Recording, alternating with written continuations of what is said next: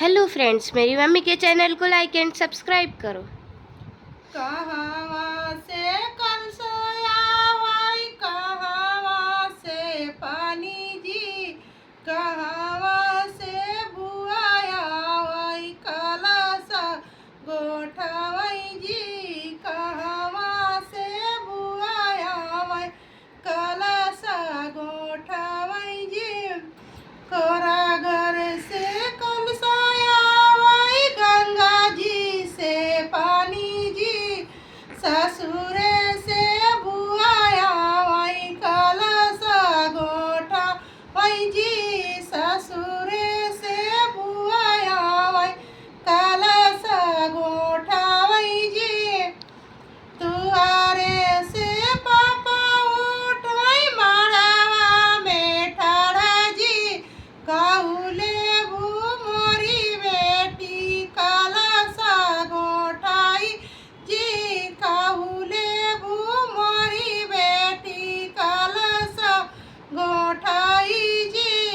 एतनी बचन सुनै बुआ मुस्काई जी, एतनी बचन सुनै बुआ मुस्काई जी। कुछ नहीं लेबै पापा कलसा गोठाई जी, कुछ नहीं लेबै पापा कलसा गोठाई जी। बनल रहै हमारा भैया भतीजा जी, भरल रहै हम वही मड़वा हमारा जी, भरल रहै यही मड़वा हमारा जी।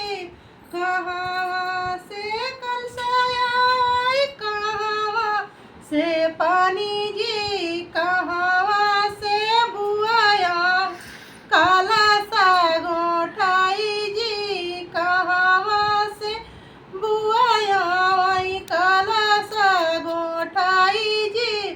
कोरा घर से कलसाया वही गंगा जी से पानी जी,